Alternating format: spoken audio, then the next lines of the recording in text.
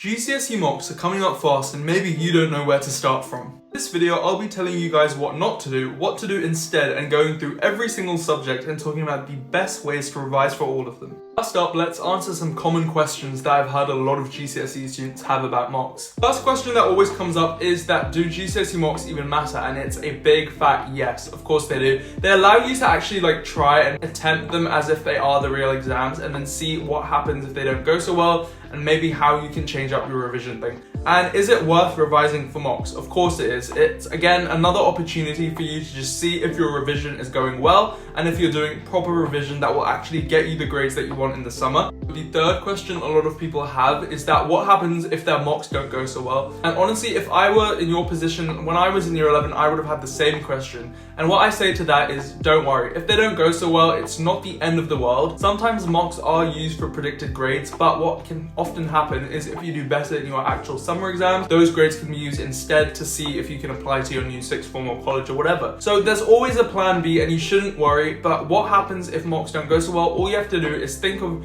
what you weren't doing and what you should switch up. And then if you realize what you need to switch up and do better for next time, then your actual summer exams will go super well.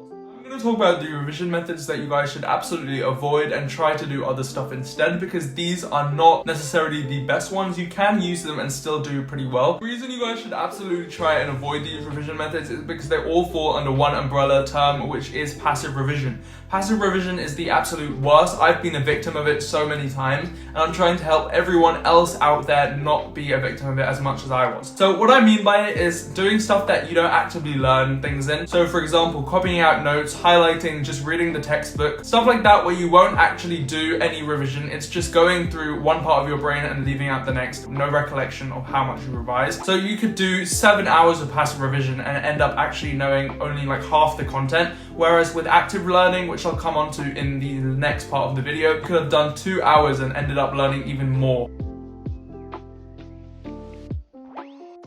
These are highlighting, which is the first really bad one, and I used to be the biggest victim of this. I used to highlight a lot of information and then not actively do anything with it. I literally just highlighted it and then hoped I remember it, and then of course in the end, you guys can guess, I did not remember any single part of it. So the next revision method that you should avoid is rereading over and over again. So this is literally just opening up a page of your textbook, reading the content, and then that's it. That's all you do, and you're done with it, and you think that you've revised or remembered it, or just assume that it's common sense, but in the end, it's not actually that common. So of course, just rereading the textbook, you won't actually actively remember anything, and in the end, you'll be searching your brain for answers to questions that you didn't even do. Then the third revision method that I try to say for everyone to avoid is watching a video but doing nothing else. And this is the biggest one, because a lot of people assume watching videos is a really active revision method, and it is to some extent. But if you just rewatch the video and then you don't do anything with the content, you don't make any notes, or you don't learn the content, you just watch it for the sake of watching it,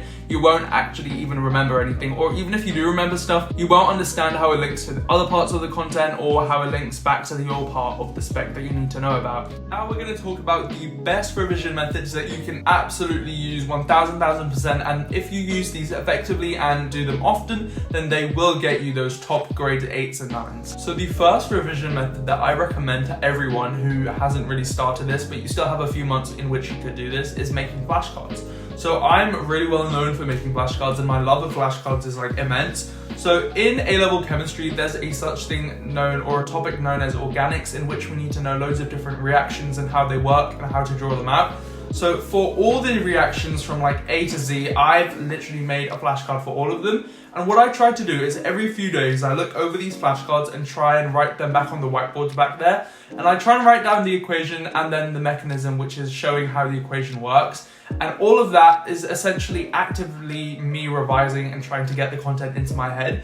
And then when it comes to the exam and they ask me for the equation or for how to draw the equation, the mechanism, then I can literally just retrieve information that's already in my brain because I've written it out so many times. So that's why I personally think flashcards are one of the best revision source. Other people don't think so because they think it might take a lot of time to make. But if you guys do have any really trouble topics, I recommend making some paper flashcards. Just buy these revision cards from W.H. Smith or whatever's local to you, and you'll be well on your way to getting there. The second really effective thing that you guys can do, and probably my most favorite and most underrated tip ever, is doing past papers.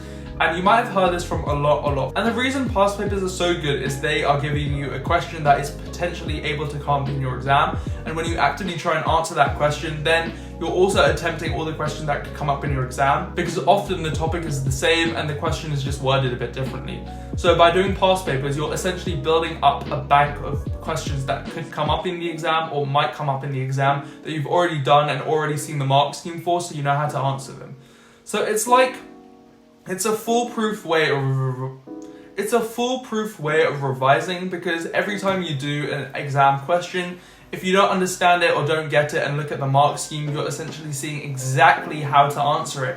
And what better revision method is there than that? So my third favorite tip for what you guys should do when you revise for your GCSE mocks is watching YouTube videos. I know I said in the earlier part of the video not to, but I necessarily didn't really say that. What I mean is when you watch the YouTube video, you shouldn't just watch it. You should make notes. You should try and actively learn or get the information into your brain. What I recommend is going back to the first tip, which I think is the best tip, making flashcards. When you watch the video and there's stuff that you don't understand or you don't think will stay in your brain, then honestly just make a flashcard on it. So these 3 tips that I talk about all really go well together. So you want to start off with watching a YouTube video, then you want to make flashcards, and then you want to do past papers. If you do those 3 things in 3 steps, then you'll end up doing really well in your actual GCSEs and also in your mock. In this last section, we're going to go through some quick fire facts about every single subject that matters: English, maths, triple science, etc. And I'll try and give you guys my favorite and most effective tip from all of that made me get grades that I was really happy with at GCSE. My first tip for English is to revise those quotes really well. Try and get them through your head and also try and understand the analysis behind the quotes for English literature. And if you guys can do that, you'll be halfway on your way to having a really good essay formatted or ready for your exam. For maths, practice is the biggest thing out there. And if you don't understand something or a specific type of question, you can again watch a YouTube video on it. So a recommended channel that I used to watch was Gcse Maths Tutor, I think he's called. And he's really good because he goes through every type of question that is in a paper that you might have already done. And then he goes through and explains every part of the question and how you can answer it. You guys already know that free science lessons is an absolute goat when it comes to triple science for any type of science at GCSE, and I used to watch his videos so often. And yeah, science is all about practice as well, not to so much the extent of maths, because if you learn the content you can get away with doing this pretty well still, but it's again a lot of practice. Like the more practice you do, the more past paper questions you get done for science, the better grasp you'll have of it. The next subject type that I can think of is languages, and languages, to be honest, I didn't do that much revision, but one thing I did revise, or I tried to revise at least weekly,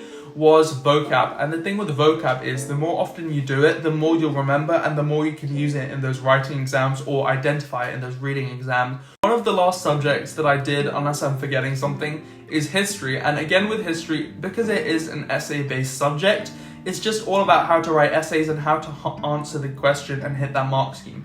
A lot of the times what works for history is 3 paragraphs, no intro, no conclusion, and then you have your peel paragraphs. You break it down into a point, evidence, explanation, link. In the end, I really hope that video was useful for you guys and that you end up doing really well in your GCSE mocks and that you can utilize these tips if they are coming up in the next few months. So yeah, again, thank you so much for watching and for all your support on my last few videos, especially since we've just crossed 800 subscribers in, I think, 3 months of me restarting this channel. So thank you so much for all your support there. And in case you guys are interested in watching more of my content, I have a vlog posted from last week that you might be interested in or that you might want to watch. So yeah, thank you so much for watching, and I'll see you guys next week with a brand new video. Bye for now.